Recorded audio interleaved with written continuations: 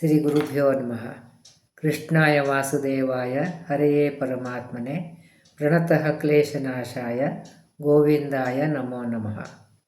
ಹರೇ ಶ್ರೀನಿವಾಸ. ಶ್ರೀ ಗುರು ರಾಘವೇಂದ್ರಾಯ ನಮಃ. ಶ್ರೀ ಸತ್ಯಾತ್ಮತೀರ್ಥ ಗುರುಭ್ಯೋ ನಮಃ. ಶ್ರೀ ಜಗನ್ನಾಥದಾಸ ಗುರುಭ್ಯೋ ನಮಃ. ಎಲ್ಲರಿಗೂ ನಮಸ್ಕಾರ. ಈಗ ಪಂಚತನ್ಮಾತ್ರ ಸಂಧಿ ಸಾರ ನೋಡ್ತಾ ಇದ್ದೀವಿ. ಸಂಧಿ ಸಾರದನ್ನ ಬಹಳ ವಿಸ್ತಾರ ಇಲ್ಲ, ಅದನ್ನು ಯಾವುದೂ ವಿಷಯ ಬಿಡಲಾರ್ದೇನೆ ಎಲ್ಲ ವಿಷಯವನ್ನು ಹೇಳ್ತಾ ಇದ್ದೇನೆ.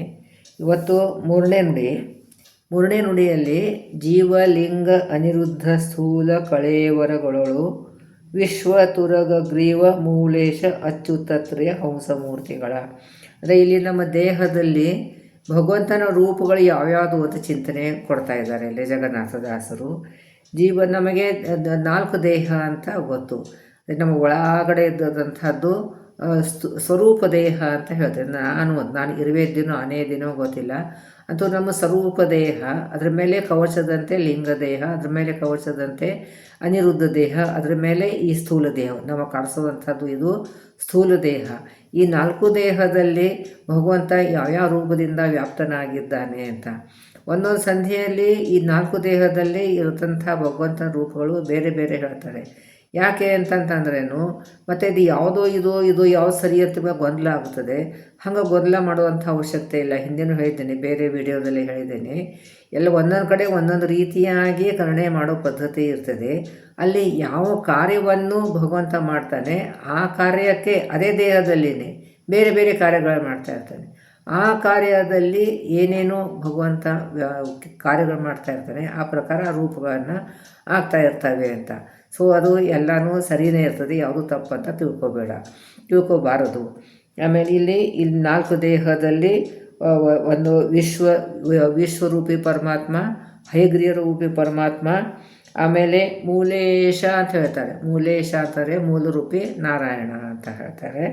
ಆಮೇಲೆ ಅಚ್ಯುತತ್ರಯ ಸ್ಥೂಲ ದೇಹ, ಇದು ಎಲ್ಲಿ ವಿಶ್ವರೂಪಿ ಪರಮಾತ್ಮ ಸ್ವರೂಪ ದೇಹದಲ್ಲಿ ಆಯಿತು, ಹೈಗ್ರೀವ ರೂಪಿ ಪರಮಾತ್ಮ ಲಿಂಗ ದೇಹದಲ್ಲಿ ಆಯಿತು, ಅನಿರುದ್ಧ ದೇಹದಲ್ಲಿ ಮೂಲ ನಾರಾಯಣ ಆಯಿತು. ಮೂಲೇಶ ಅಂತಾರೆ ಮೂಲ ನಾರಾಯಣ ರೂಪಿ ಪರಮಾತ್ಮ, ಅಲ್ಲಿ ವಿಷ್ಣು ಅಂತಲೇ ತೊಗೋಬೋದು.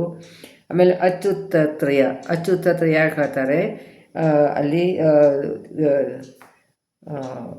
ಅಚ್ಯುತತ್ರಯ ಅಂದರೆ ಅಚ್ಯುತ ಅನಂತ ಗೋವಿಂದ, ಇದಕ್ಕೆ ಅಚ್ಯುತತ್ರಯ ಅಂತ ಹೆಸರು.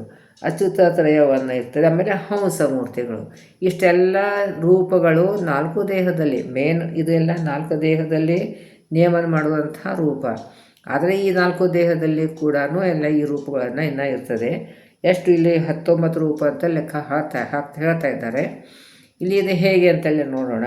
ಆಮೇಲೆ ಈ ವಿಧ ಚತುಸ್ಥಾನದಲ್ಲಿ, ಇದು 4 ದೇಹದಲ್ಲಿ ಅಂತ ಹೇಳಿದ್ರು. ಇನ್ನು 4 ಸ್ಥಾನದಲ್ಲಿ, ಈ ಸ್ಥಾನದಲ್ಲಿ ಕೂಡ ಎಲ್ಲ 4 ರೂಪದಲ್ಲಿ ಇದೆಲ್ಲ ಸ್ಥಾನಗಳು ಇವೆ. ಅಲ್ಲಿ ಅದು ಯಾವುದಂತಾರೆ, ನೇತ್ರದಲ್ಲಿ, ಕಂಠದಲ್ಲಿ, ಆಮೇಲೆ ಹೃದಯದಲ್ಲಿ, ಆಮೇಲೆ ಈ ನೆತ್ತಿಯ ಮೇಲೆ ಒಂದು 4 ಅಂಗುಲ ಬಿಟ್ಟು ಅಲ್ಲಿ ಅಂತ ಹೇಳ್ತಾರೆ.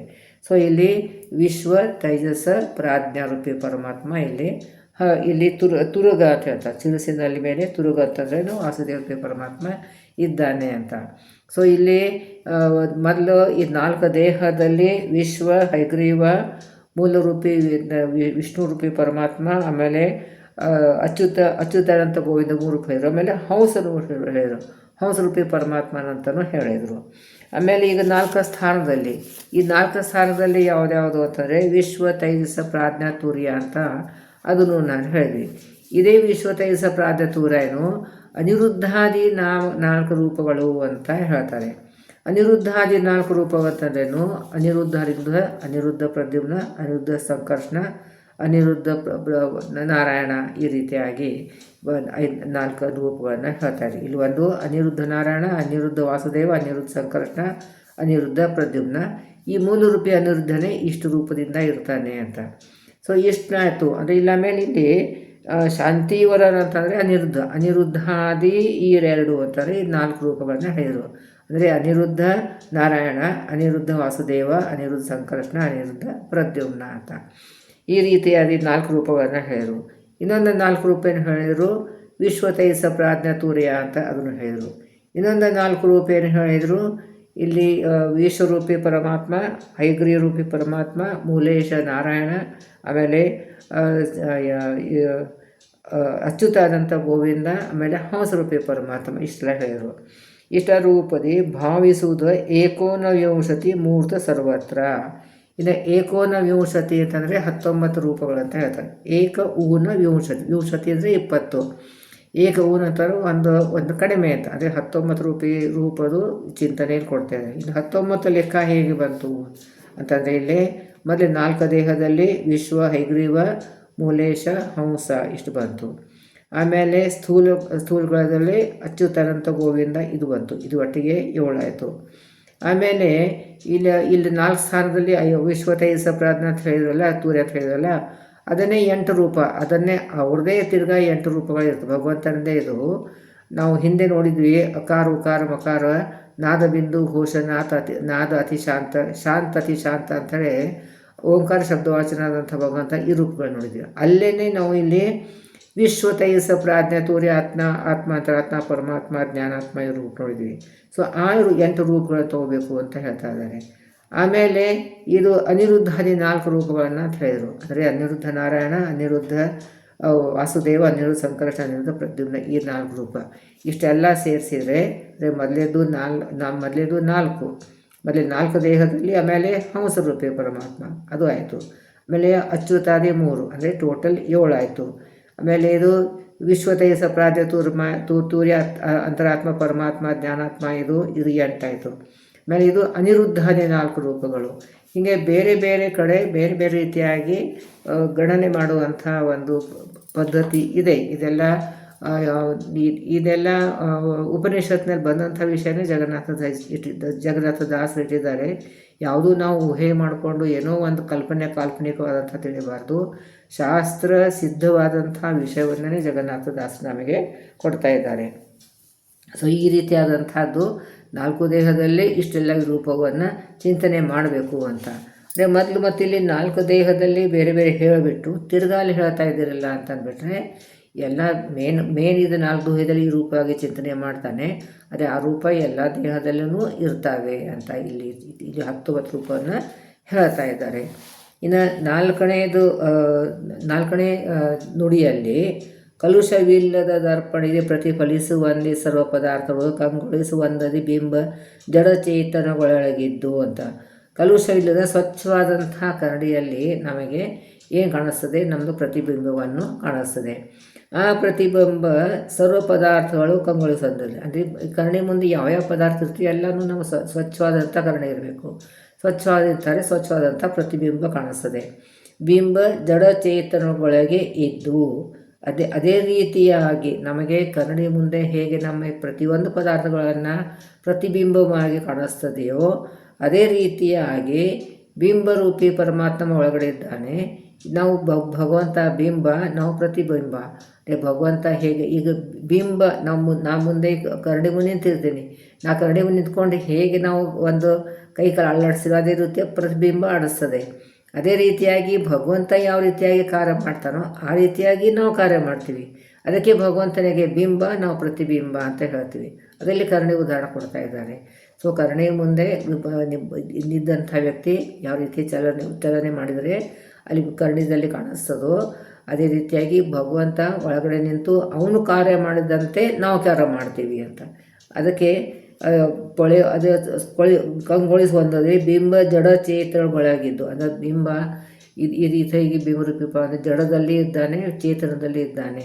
ಜಡದಲ್ಲಿ ಅಲ್ಲಿ ಆ್ಯಕ್ಟಿವಿಟೀಸ್ ಇನ್ನಿರೋದಿಲ್ಲ, ಆದರೂ ಅಲ್ಲಿ ಭಗವಂತ ಇದ್ದಾನೋ ಇಲ್ಲೋ ಅಂತಂದರೆ ಭಗವಂತ ಇದೆ. ಈ ಕಲ್ಲಿಗೊಂದು ಕಠಿಣತ್ವ ಬರಬೇಕು ಅಂತಂದರೆ ಭಗವಂತ ಅಲ್ಲಿ ಕಠಿಣತ್ವ ರೂಪವನ್ನು ಪ್ರಕಟ ಮಾಡ್ತಾನೆ, ಅಲ್ಲಿ ಕೊಡ್ತಾನೆ. ಆಮೇಲೆ ಒಂದು ನೀರಿನಲ್ಲಿ ಒಂದು ಹರಿಯೋದಂಥದ್ದು ಒಂದು ಶಕ್ತಿ ಕೊಡ್ತಾನೆ. ಇವೆಲ್ಲ ಜಡಗಳನ್ನೇ. ಈ ಜಡದಲ್ಲಿ ಕೂಡ ಒಂದು ಶಕ್ತಿ ತುಂಬೋದಂಥ ಕಾರ್ಯ ಭಗವಂತ ಮಾಡ್ತಾನೆ. ಅದಕ್ಕೆ ಜಡ ಚೇತನಗಳೊಳಗೆ ಇದ್ದು ಪೊಳೆಯುವ ಬಹುರೂಪದಲ್ಲಿ ಸಜ್ಜನರೊಳಗೆ ಮನದರ್ಪಡಿತ ನಿಶ್ಚಲ ನಿರಾಮಯ ನಿರ್ವಿಕಾರ ನಿರಾಶ್ರಯನಂತ. ಅದೇ ಪೊಳೆಯುವ ಅಂತಂದರೆ ಹೊಳಿತಾನೆ, ಅಂದರೆ ತನ್ನ ಕಾರ್ಯವನ್ನು ತೋರಿಸ್ತಾನೆ, ತನ್ನ ಅಸ್ತಿತ್ವವನ್ನು ನಮಗೆ ತೋರಿಸ್ಕೊಡ್ತಾನೆ ಭಗವಂತ ಬಹುರೂಪದಲ್ಲಿ. ಸಜ್ಜನರೊಳಗೆ ಮನದರ್ಪಣದಲ್ಲಿ ಈಗ ನಮಗೆ ಈ ನಾವು ಕರಡಿಗೂ ನಿಂತರೆ ನಾವು ಕಾಣಿಸ್ತದೆ. ಈ ಸಜ್ಜನರೊಳಗೆ ಏನಾಗ್ತದೆ, ಅವರ ಮನಸ್ಸಿನಲ್ಲಿ ಭಗವಂತ ಹೊಳಿತಾನೆ. ಸಜ್ಜನರಿಗೆ, ಬೇರೆಯವರಿಗೆ ಭಗವಂತನ ಬಗ್ಗೆ ಚಿಂತನೆ ಮಾಡೋದೇ ಇಲ್ಲ. ಸೊ ಅವ್ರಿಗೆ ಮನಸ್ಸಿನಲ್ಲಿ ಕಾಣಿಸೋದೇ ಇಲ್ಲ. ಯಾರು ಸಾಧನೆ ಮಾಡ್ತಾರೆ ಭಗವಂತನ ಒಂದು ದರ್ಶನ ಆಗಬೇಕು ಅಂತಂತಂದರೆ ಮೊದಲು ನಾವು ಪ್ರಾಕ್ಟೀಸ್ ಮಾಡ್ಕೋಬೇಕು. ಮನಸ್ಸಿನಲ್ಲಿ ಭಗವಂತ ಹೀಗಿದ್ದಾನೆ, ಭಗವಂತ ರೂಪ ಹೇಗಿದೆ, ಎಲ್ಲ ಕಡೆ ಇದು ಹರಿಕಥಾಂಸಾರದಂತೂ ಬಂದೇ ಬರ್ತದೆ. ಸೊ ಅದಕ್ಕೆ ಭಗವಂತನ ರೂಪದ ಚಿಂತನೆ ನಮ್ಮ ಮನಸ್ಸಿನಲ್ಲಿ ಹೊಳೆಯಬೇಕು ಅಂತಂದ್ರೇನು ಅಲ್ಲಿ ಕೂತದ್ದು ಅವನು ಚಲನೆ ಮಾಡಿದ್ದು ಎಲ್ಲ ನಮಗೆ you should feel his presence. ಹೌದು, ಅಲ್ಲಿ ಇದ್ದಾನೆ, ಇಲ್ಲಿ ಕೂತಿದ್ದಾನೆ, ಈ ರೀತಿಯಾಗಿ ಕೂತಿದ್ದಾನೆ. ಅವನು ಒಂದು ಪೀಠನೇ ಒಂದೆಷ್ಟು ವಿಸ್ತಾರವಾದಂಥ ವಿಷಯ ಇದೆ. ಒಂದು ಭಗವಂತನ ಪೀಠ ಹೇಗೆ ಇದೆ, ಅದೇ ಬರೀ ಅಷ್ಟದಳ ಕಮಲ ಅಂತ ಇಷ್ಟೇ ಹೇಳ್ತೀವಿ. ಅದೇ ಅಷ್ಟದಳ ಕಮಲದ ವಿಸ್ತಾರವಾದಂಥ ವಿಷಯ ಇದೆ.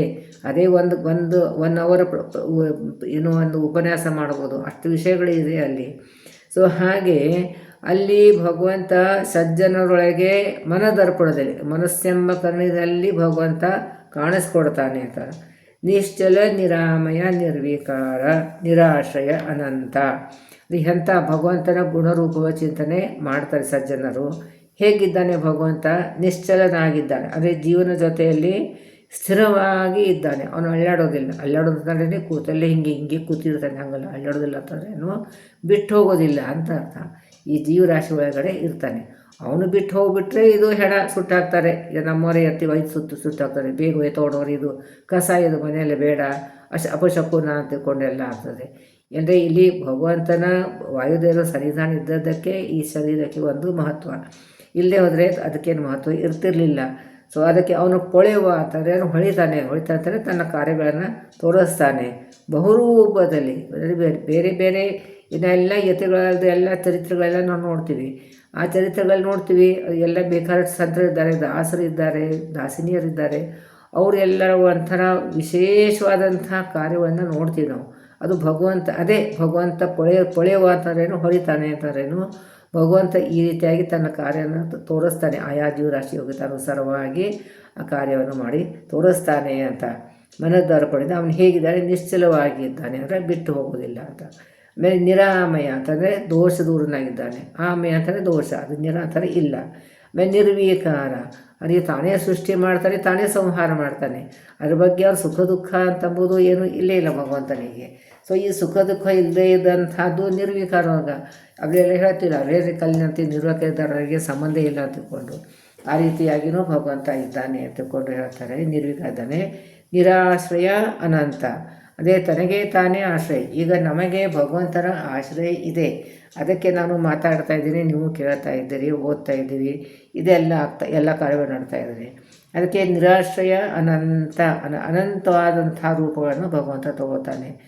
ಅದು ತನ್ನ ಸ್ವಾತಂತ್ರ್ಯವಾಗಿದ್ದಾನೆ. ಅನಂತ ಶಬ್ದಕ್ಕೆ ಅರ್ಥ ಅನಂತ ಅರ್ಥಗಳಿವೆ. ಸೊ ಅದಕ್ಕೆ ತನಗೆ ತಾನೇ ಆಶ್ರಯನಾಗಿದ್ದಾನೆ, ಅನಂತ ರೂಪದಿಂದ ಇದ್ದಾನೆ, ಅನಂತ ಕಾರ್ಯ ಮಾಡ್ತಾನೆ, ಸರ್ವ ಸ್ವತಂತ್ರನಾಗಿ ಇದ್ದಾನೆ. ಇಂಥ ಭಗವಂತ ಅವನು ಬಿಂಬ, ನಾವು ಪ್ರತಿಬಿಂಬ ಅಂತ ಇಲ್ಲೇನೆ ಹೇಳ್ತಾ ಇದ್ದಾರೆ. ಆಮೇಲೆ ಇಲ್ಲಿ ಇನ್ನು 5ನೇ ನುಡಿಯಲ್ಲಿ ಈ ಶರೀರ ಚತುಷ್ಟಗಳು ಕೋಶಧಾತುಗ ಭಾರತೀಪತಿ ಪ್ರಾಣೇಶ ನೀವು 21,600 ನೆಪ. ಇಲ್ಲೇ ಈ ಶರೀರ ಒಳಗಡೆ, ಈ 4 ಶರೀರ ಒಳಗೆ ಶರೀರ ಚತುಷ್ಟಯಗಳು, ಈ 4 ಶರೀರದಲ್ಲಿ 5 ಕೋಶ ಧಾತುಗ 5 ಕೋಶಗಳು. 5 ಕೋಶ ಯಾವುದು? ಅದು ಅನ್ನಮಯ, ಪ್ರಾಣಮಯ, ಮನೋಮಯ, ವಿಜ್ಞಾನಮಯ, ಆನಂದಮಯ. ಈ 5 ಕೋಶಗಳಾಯಿತು. ಧಾತು ಚರ್ಮ, ಮಾಂಸ, ರುಧಿರ, ಮೇಧಸ್ಸು, ಮಜ್ಜ, ಅಸ್ಥಿ, ಇವು 7 ಧಾತುಗಳು. ಇದರಲ್ಲಿ ಎಲ್ಲ ಭಾರತೀ ಪ್ರತಿ, ಅದೇ ಅಲ್ಲಿ ಪ್ರಾಣೇಶನು 21,600 ನೆಪ. ಅಂದರೆ ಇಲ್ಲಿ 4 ದೇಹದಲ್ಲಿ ಬೇರೆ ಬೇರೆಯಾಗಿ ವಾಯುದೇವರಿದ್ದಾರೆ. ಅಲ್ಲಿ ಅವರು ಶ್ವಾಸ ಜಪವನ್ನು ಮಾಡ್ತಾರೆ. 21,600 ಜಪ ಪ್ರತಿ ದಿವಸದಲ್ಲಿ ಮಾಡ್ತಾರೆ. ಅಂದರೆ ಅಷ್ಟು 4 ದೇಹದಲ್ಲಿ ಅಷ್ಟು ಬೇರೆ ಬೇರೆ ಅಷ್ಟೇ ಇರ್ತಾಳೆ. ಶ್ವಾಸರೂಪಕ ಹಂಸ ಭಾಸ್ಕರ, ಅಂದರೆ ಶ್ವಾಸರೂಪದಿಂದ ಇದ್ದಾರೆ ಅಂತಾರೇನು, ಶ್ವಾಸರೂಪದಿಂದ ಹಂಸ ಮಂತ್ರ ಜಪವನ್ನು ವಾಯುದೇವರು ಮಾಡುತ್ತಾರೆ ಅಂತ. ಶ್ವಾಸರೂಪಕ ಹಂಸ ಭಾಸ್ಕರ ಅಂದರೆ ಇಲ್ಲಿ ಹಂಸರೂಪಿ ಪರಮಾತ್ಮನ ಜಪ ಮಾಡ್ತಾರೆ. ಆಮೇಲೆ ಭಾಸ್ಕರ ಭೇಷರೊಳಗಿದ್ದು ಅವರ ಕೈ ಪಿಡಿದು ಈ ಸರೋಜ ಭವಾನದಳು ಸರ್ವತ್ರ ತುಂಬಿಹನು. ಇಲ್ಲಿ ಜಪ ಮಾಡುವ ಹಂಸರೂಪಿ ಪರಮಾತ್ಮನು ಜಪ ಮಾಡ್ತಾರೆ. ಆಮೇಲೆ ಇಲ್ಲಿ ಸೂರ್ಯಾಂತರ್ಗತ, ನಮ್ಮ ಕಣ್ಣಿನಲ್ಲಿ ಸೂರ್ಯಾಂತರ ಬಲಗಳಿನಲ್ಲಿ ಸೂರ್ಯಾಂತರ್ಗತನಾಗಿ ಭಗವಂತಿದ್ದಾನೆ, ಎಡಗಣ್ಣಿನಲ್ಲಿ ಚಂದ್ರಾಂತರ್ಗತ ಭಗವಂತನಾಗಿದ್ದಾನೆ. ಈ ರೀತಿಯಾಗಿ ಭಗವಂತ ವ್ಯಾಪ್ತನಾಗಿದ್ದಾನೆ. ಅಂದರೆ ಇಲ್ಲಿ ಇಲ್ಲಿ ಈ ಹಂಸ ಮಂತ್ರ ಜಪವನ್ನು ವಾಯುದೇವರು ಮಾಡ್ತಾರೆ. ಅವರಂತ ಅಂದರೆ ವಾಯುದೇವರು ಹಂಸ ಮಂತ್ರ ಜಪ ಮಾಡ್ತಾರೆ. ಸೊ ಅದಕ್ಕೆ ವಾಯುದೇವರು ಕೂಡ ಹಂಸ ಅಂತ ಹೆಸರು. ವಾಯುದೇವರ ಅಂತರ್ಗತನಾಗಿದ್ದಂಥ ಭಗವಂತನ ರೂಪನು ಹಂಸ. ಆ ಹಂಸರೂಪಿ ಪರಮಾತ್ಮನದು ಜಪವನ್ನು ವಾಯುದೇವರು ಮಾಡ್ತಾರೆ ಅಂತ ಇಲ್ಲಿ ನೋಡ್ತಾ ಇದ್ದಾರೆ. ಸೊ ಇದು ಈ ಸರೋಜ ಭವಾನದಳು ಸರ್ವತ್ರ ತುಂಬಿಯವನು. ಹೀಗೆ ಎಲ್ಲೆಲ್ಲೂ 4 ಶರೀರದಲ್ಲಿ ವ್ಯಾಪ್ತನಾಗಿದ್ದಾನೆ, 5 ಕೋಶದಲ್ಲಿ ಇದ್ದಾನೆ, 7 ಧಾತುದಲ್ಲಿ ಇದ್ದಾನೆ. ಅಲ್ಲಲ್ಲಿ ಆಯಾ ಎಲ್ಲ ಸ್ಥಳದಲ್ಲಿ ವಾಯುದೇವರು ವ್ಯಾಪ್ತನಾಗಿ ಹಂಸ ಮಂತ್ರ ಜಪವನ್ನು ಮಾಡ್ತಾ ಇದ್ದಾರೆ. ಹಂಸಃ ಸೋಹಂ ಸ್ವಹ ಅಂತ ಆ ಜಪ, ಅದೇ ಹೆಸರು ತಗೊಳ್ಳುವಾಗ, ಹಿಡಿದಾಗ, ಬಿಡುವಾಗ ಇಷ್ಟು ಒಂದೊಂದು ಕಾರ್ಯದಲ್ಲಿ ಒಂದೊಂದು ಅಕ್ಷರವನ್ನು ಹೇಳ್ತಾರೆ ಅವರು, ಒಂದು ಶಬ್ದವನ್ನು. ಅದೇ ಹಂಸ ಮಂತ್ರ ಜಪ ಅಂತ ಹೇಳ್ತಾರೆ. ಅದು ಹಂಸಃ ಸ್ವಾಹ ಸೋಹಂ ಅಂತ ಇಲ್ಲಿ ಈ ಜಪವನ್ನು ಮಾಡ್ತಾರೆ ಅಂತ. ಆಮೇಲೆ ಬಲ ಕಣ್ಣಿನಲ್ಲಿ ಸೂರ್ಯಾಂತರ್ಗತನಾಗಿ ಭಗವಂತಿದ್ದಾನೆ, ಎಡಗಣ್ಣಿನಲ್ಲಿ ಚಂದ್ರಾಂತರ್ಗತನಾಗಿ ಭಗವಂತ ರೂಪವಿದೆ. ಬೇಸರೊಳಗಿದ್ದು ಅವರ ಕೈ ಪಿಡಿದು ಈ ಸರೋಜ ಭವಾನದವರು ಸರ್ವತ್ರ ತುಂಬಿಯವನು. ಈ ರೀತಿಯಾಗಿ ಹಂಸರೂಪಿ ಪರಮಾತ್ಮ ಜಪ ಮಾಡ್ತಾರೆ. ವಾಯುದೇವರಿಗೂ ಹಂಸ ಅಂತ ಹೆಸರು. ಸೊ ಹಂಸ ವಾಯುದೇವರೆಲ್ಲ ಇದು ಶ್ವಾಸ ಪ್ರವರ್ತಕ, ನಮ್ಮ ಶ್ವಾಸ ನಡೆಸುವುದಂಥ ಕಾರ್ಯಗಳನ್ನು ಇವರು ಮಾಡ್ತಾರೆ. ಅಂದರೆ ವಾಯುದೇವರು ಮಾಡ್ತಾರೆ. ವಾಯುದೇವರ ಅಂತರ್ಗತ ಹಂಸರೂಪಿ ಪರಮಾತ್ಮ ಇದ್ದಾನೆ. ಆ ಹಂಸರೂಪಿ ಪರಮಾತ್ಮನ ಜಪವನ್ನು ಇವರು ವಾಯುದೇವರು ಮಾಡ್ತಾರೆ. ಅದಕ್ಕೆ ನಮಗೆ ಅಸ್ತಿತ್ವ ಇದೆ, ಅದಕ್ಕೆ ನಮಗೆ ಜೀವ ಇದೆ. ಇಲ್ಲಿ ಅಂದರೆ ಈ ದೇಹ ಬಿಟ್ಟು ಹೋಗೋದೇನೆ. ದೇಹ ಬಿಟ್ಟು ಹೋದ್ಮೇಲೆ ಅವರು ವಾಯುದೇವರು ಭಗವಂತ ಈ ದೇಹ ಬಿಟ್ಟು ಹೋದ್ಮೇಲೆ ಇದು ದೇಹಕ್ಕೆ ಏನು ಒಂದು ದುಡ್ಡು ಕಾಸು ಏನು ಬೆಲೆ ಇಲ್ಲ ಇದಕ್ಕೆ, ಇದು ಎತ್ತಿ ಬಿಸಾಡ ಸುಟ್ಟು ಹಾಕಿಬಿಡ್ತಾರೆ ಅಂತ ಹಾಕ್ಕೊಂಡೆ. ಅದಕ್ಕೆ ಈ ರೀತಿಯಾಗಿ ಭಗವಂತ ಎಲ್ಲ ಕಡೆನೂ ವ್ಯಾಪ್ತನಾಗಿ ಇದ್ದಾನೆ ಅಂತ. ನಾನು ಇದು ಸ್ವಲ್ಪ ಕಠಿಣವಾದಂಥದ್ದು. ಇದು ಸಂಧಿ ಇದೆ, ಇದು ಕಠಿಣವಾದಂಥ ಎಲ್ಲ ಕಡೆ ಸಂಖ್ಯೆಗಳಿದೆ. ಒಂದೊಂದು ಶಬ್ದಕ್ಕೂ ಒಂದು ಬಹಳ ವಿಸ್ತಾರವಾದಂಥ ಅರ್ಥ ಇದೆ. ಅದಕ್ಕೆ ನಾನು ಸ್ವಲ್ಪನೇ ಹೇಳ್ಕೊಂಡ್ಬಿಟ್ಟು ಇದು ಸಂಧಿಯ ಸಾರವನ್ನು ಹೇಳೋಕ್ಕೆ ಪ್ರಯತ್ನ ಮಾಡಿದೆ. ತೀರಾ ಯಾವುದೂ ವಿಷಯ ಕಟ್ ಮಾಡಿಲ್ಲ, ಎಲ್ಲರೂ ಗಮನಕ್ಕೆ ತರಬೇಕು. ಯಾವುದೂ ವಿಷಯ ಬಿಟ್ಟಿಲ್ಲ, ಎಲ್ಲ ವಿಷಯ ಕವರ್ ಮಾಡ್ತಾ ಇದ್ದಾನೆ. ಅದೇ ಒಂದೊಂದು ವಿಷಯ ತುಂಬ ಅದನ್ನು ಉದಾಹರಣೆ ಕೊಟ್ಟು ಮಾಡಿ ವಿಸ್ತಾರ ಏನು ಮಾಡ್ತಾರೆ ಅದನ್ನು ಮಾಡಿಲ್ಲ. ವಿಷಯ ಮಾತ್ರ ಸರಿಯಾಗಿ ನಾನು ಎಲ್ಲನೂ ಕವರ್ ಮಾಡ್ತಾ ಇದ್ದೇನೆ. ಅದಕ್ಕೆ ಆಮೇಲೆ ಇನ್ನು 6ನೇ ನುಡಿಯಲ್ಲಿ ಕೂಡ ಈ ವಾಂಗ್ಮಯ ಮನೋಮಯ ರೂಪದ ಚಿಂತನೆ ಹೇಗೆ ಮಾಡಬೇಕು ಅಂತ ಅದೆಲ್ಲ ಹೇಳ್ತಾ ಇದ್ವಿ. ಇದು ಸ್ವಲ್ಪ ಕಠಿಣವಾಗಿರುತ್ತೆ. ಅದಕ್ಕೆ ಸ್ವಲ್ಪನೇ ಚಿಂತನೆಯನ್ನು ಮಾಡೋಣ ಅಂತ. ಎಲ್ಲರಿಗೂ ನೀವು ಸರಿಯಾಗಿ ಇದನ್ನು ಪಾರಾಯಣ ಮಾಡಿ, ಸರಿಯಾಗಿ ಇದನ್ನು ಅರ್ಥವನ್ನು ನೋಡ್ಕೊಳ್ಳಿ. ಇದಕ್ಕೋಸ್ಕರ ಅಂತೂ ವಿಶೇಷವಾದಂಥ ಟೈಮ್ ಇಡಿ. ತುಂಬ ಜನಕ್ಕೆ ನೀವು ಇದನ್ನು ಹರಿಕಥಾಂಸಾರ ಪಾರಾಯಣ ಮಾಡುವ ಹಾಗೆ ಪ್ರಚೋದನೆ ಮಾಡಿ. ಇದನ್ನು ಎಲ್ಲ ಕಡೆಯೂ ಪ್ರಸಾರ ಆಗಬೇಕು. ಎಲ್ಲರಿಗೂ ಹೇಳ್ಕೊಡಿ. ಇದು ಹೇಗೆ ಅನ್ಬೇಕು ನಾನು ಹೇಳ್ಕೊಟ್ಟಿದ್ದೀನಿ, ಅದನ್ನು ಹೇಗೆ ಜಾಯಿನ್ ಆಗಬೇಕು, ಹೇಗೆ ಕೇಳ್ಕೋಬೇಕು, ಇದು ಪದೇ ಪದೇ ಕೇಳಬೇಕು. ಅದಕ್ಕೆ ನಾನು ಒಂದು ದಿವಸ ಹಾಕ್ತಾಯಿದ್ದೇನೆ ಇದನ್ನು. ಅದಕ್ಕೆ ಎಲ್ಲರಿಗೂ ನೀವು ಗುರ್ತಿದ್ದವ್ರಿಗೆಲ್ಲ ಹೇಳಿ. ಇದನ್ನು ಯೂಟ್ಯೂಬ್ಗೆ ಹೋಗಿ ಕವಿತಾ ತೋರ್ವೆ ಟೈಪ್ ಮಾಡಿದರೆ ಎಲ್ಲ ವೀಡಿಯೋಸ್, ಇವಾಗ 50 ವೀಡಿಯೋ ನಾನು ಪೋಸ್ಟ್ ಮಾಡಿದ್ದೀನಿ. 57 ಇದನ್ನು ಕೆಲವು ರೆಕಾರ್ಡ್ ಮಾಡಿ ಇಟ್ಕೊಂಡಿರ್ತೀನಿ ನಾನು. ಅಂತೂ 57-58 ಆಗಿದೆ ರೆಕಾರ್ಡಿಂಗ್. ಇವಾಗ ಅಷ್ಟು ಪೋಸ್ಟ್ ಆಗಿದೆ ಇವಾಗ. ಸೊ ಎಲ್ಲರಿಗೂ ದಯವಿಟ್ಟು ಸರಿಯಾಗಿ ಅಧ್ಯಯನ ಮಾಡಬೇಕು ಅಂತ ಗುರುಗಳು ಒಂದು ಪ್ರೇರಣೆ ಮಾಡಲಿ, ಗುರುಗಳ ಶಕ್ತಿ ಕೊಡಲಿ, ಎಲ್ಲರೂ ಇದನ್ನು ಪಾಲನೆ ಮಾಡೋ ಹಾಗೆ ಆಗಲಿ ಅಂತ ಗುರುಗಳಲ್ಲೇ ಪ್ರಾರ್ಥನೆ ಮಾಡೋಣ. ನಾಹಂ ಕರ್ತ ಹರಿಕರ್ತ ಶ್ರೀಹರಿ ಪ್ರೇರಣೆ ಶ್ರೀಹರಿ ಪ್ರೀತ್ಯರ್ಥ ಪತಿ ಅಂತರ್ಗತ ಗುರು ಅಂತರ್ಗತ ಮಧ್ವಾಂತರ್ಗತ ಶ್ರೀ ಕೃಷ್ಣಾರ್ಪಣಮಸ್ತು.